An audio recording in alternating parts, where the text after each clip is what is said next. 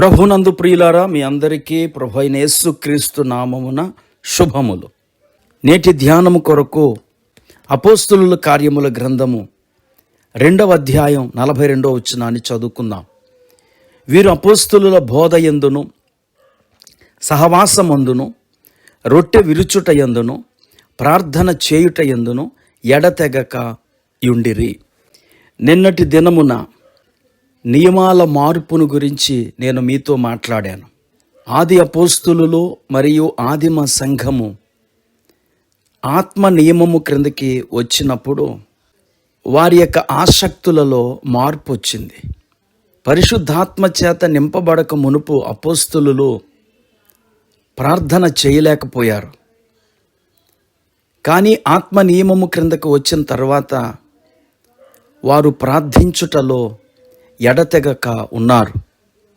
ప్రియులారా, ఈ సంవత్సరపు ప్రారంభంలో మీలో చాలామంది ప్రతిరోజు ప్రార్థన చేయాలని తీర్మానం చేసుకొని ఉంటారు. మీ జీవితంలో కొరత ఏదైనా ఉన్నది అంటే అది ప్రార్థనా రాహిత్యమే, అనగా ప్రార్థన చేయలేకపోవటమే. దేవుని సేవకులు దేవుని వాక్యం ద్వారా హెచ్చరిస్తారు ప్రార్థన చెయ్యాలి అని. కానీ మనము ప్రార్థన చేయలేకపోతున్నాం. కనుక ప్రార్థించే ఆశ గల వారి కొరకు ప్రభు యొక్క ప్రేరేపణను బట్టి నేను మీ ప్రార్థన జీవితపు అభివృద్ధి కొరకు కొన్ని వీడియోలు చేయాలని ఆశపడుతున్నాను. ప్రార్థించే ఆశ గల వారికి ఈ వీడియోలు తప్పక ఉపయోగపడతాయి. ఇప్పుడు ధ్యానములోనికి వెళ్దాం. దేవుడు మనలను ప్రార్థన చేయమని కోరుతూ ఉన్నాడు. ఈ విశాల విశ్వమంతటిపైన సార్వభౌమాధికారాన్ని కలిగిన దేవుణ్ణి ఎప్పుడు పడితే అప్పుడు కలుసుకునే అవకాశము కేవలము ప్రార్థన ద్వారానే మనము పొందుతాం. మన దేవుడు ఎల్లప్పుడూ పరలోకములో సింహాసనాసీనుడై ఉంటాడు. అయినప్పటికీ ఒక దేవదూత వలె, ఒక ప్రధాన దూత వలె మనము ఏ సమయములోనైనా మన ప్రార్థన ద్వారా ఆయన సన్నిధికి వెళ్ళగలం. ఈ లోకంలో ఎవరైనా ఒక అధికారిని మనము కలుసుకోవాలంటే వారి ఆహ్వానం కొరకు లేక వారి అపాయింట్మెంట్ కొరకు మనము వేచి ఉండాల. కానీ దేవునిని కలుసుకునేందుకు మనకు ఈపాటికే ఆహ్వానం ఇవ్వబడింది. ఎడతెగక ప్రార్థన చేయుడి అని ప్రభువే మనకు తెలియచేశాడు. గనుక ఎప్పుడు పడితే అప్పుడు మనము ప్రభు సన్నిధికి వెళ్ళుటకు అవకాశం ఉన్నది. ఒక వ్యక్తి ఎలిజబెత్ రాణిని కలిసేందుకు వెళ్తున్నాడంట.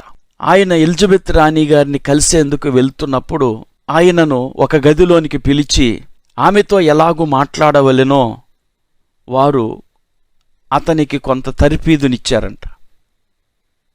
వాళ్ళు ఏమన్నారంటే, మొదట నీవు మాట్లాడవద్దు, రాణి నీతో మాట్లాడేంత వరకు వేచి ఉండు.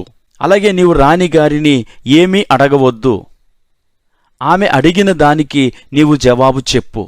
నీ మాటలకు లేక నీవు చెప్పే జవాబుకు మొదట యువర్ మెజెస్టీ అనే మాటను నీవు అదనంగా చేర్చు అని తర్ఫీదిచ్చారంట. ప్రియులారా, మనం దేవునితో మాట్లాడడానికైతే మనకు ఎలాంటి తర్ఫీదు అవసరం లేదు. ఎందుకంటే మన ప్రభువు ఆయన మనకు తండ్రి అయి ఉన్నాడు. నీ తండ్రితో నీవు ఎలాగూ మాట్లాడతావో అలాగా మన ప్రభువుతో మనం మాట్లాడవచ్చు. యేసు ప్రభువారు కూడా మనము ప్రార్థన చేయనప్పుడు అలాగే ఆయనను సంబోధించాలని ఆయన మనకు తెలియచేశారు. లూకాసు వార్త 11వ అధ్యాయము 2వ వచనం.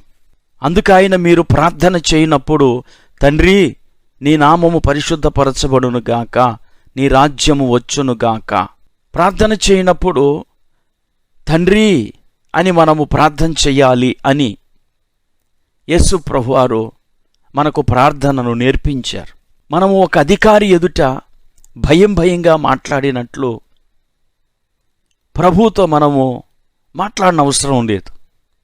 ఒక తండ్రి ఎదుట మాట్లాడినంత చనువుగా మనము దేవునితో మాట్లాడవచ్చు. ప్రేమామయుడగు ఒక తండ్రితో ఒక కుమారుడు మాట్లాడినట్లు మనం ఆయనతో సంభాషించవచ్చు.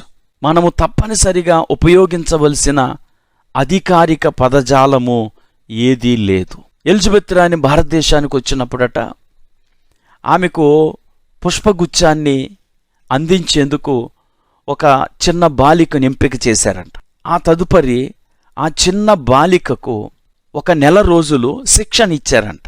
ఇంతకీ ఆ బాలికకు ఏ విషయంలో శిక్షణ ఇచ్చారంటే ఎలిజబెత్ రాణి గారికి పుష్పగుచ్చాన్ని ఎలా అందించాలి, అందించిన తర్వాత ఆమె వైపు వీపు మళ్లించకుండా ఎలాగా తిరిగి రావాలి, ఈ విషయాన్ని గురించి సుమారు 1 నెల రోజులు తర్ఫీదిచ్చారంట. ప్రియులారా, ఈరోజు మనము దేవుని పిల్లలం. మనకు ఏ తర్ఫీది అక్కర్లేదు. ఆయన బిడ్డగా నువ్వు ప్రార్థనలో ఆయన దగ్గరికి వెళ్ళొచ్చు. ఒక దేవదూత ఎవరో నిన్ను తీసుకువెళ్ళి నిన్ను ఆయనకు పరిచయం చేసేంత వరకు నీవు బయట వేచి ఉండనవసరం లేదు. ఆయన మనల్ని యాక్సెప్ట్ చేసే విధంగా మనల్ని మనం సిద్ధపరచుకోనవసరం లేదు కూడా. ఉన్న ఫలంగా ఆయన ఎదుటకు వెళ్ళి మన మనసులోని మాటలన్నీ ఆయనతో మాట్లాడవచ్చు. మన అనుభూతులు ఆయనతో పంచుకోవచ్చు. మన కోరికలు ఆయనకు తెలియచేయచ్చు. అలాగే ప్రార్థనలో మన భంగిమ కూడా ఇలాగే ఉండాలి అని ఖచ్చితమైన రూల్ ఏమీ లేదు. దేవుని బిడ్డగా నీవు ఆయనతో మాట్లాడవచ్చు. ఆయన కూడా నీ మాటలను వినుటకు ఆశతో ఎదురు చూస్తున్నాడు. కనుక ఇంకెందుకు ఆలస్యం, ప్రార్థన చేయటానికై మీరు సిద్ధపడండి. ఒక తండ్రితో కుమారుడు మాట్లాడినట్లు, కుమార్తె మాట్లాడినట్లు మీరు ఈ రోజు నుండి ఆయనతో ఎప్పుడు పడితే అప్పుడు మాట్లాడవచ్చు. అలాంటి ఆసక్తిని దేవుడు మనకు దయచేయునుగాక. ప్రార్థన చేసుకుందాం. కృపాకనికరం కలిగిన మా తండ్రి, ఎడతెగక ప్రార్థన చేయమని మీరు మాకు తెలియచేశారు. మేము ప్రార్థన చేయటానికి ఎల్లప్పుడూ సిద్ధముగా ఉండునట్లు నీతో ఎక్కువ సమయం గడిపే అవకాశమును, కృపను మాకు దయచేయమని యేసుక్రీస్తు నామములో ప్రార్థించి వేడుకుంటున్నాం తండ్రి. ఆమేన్.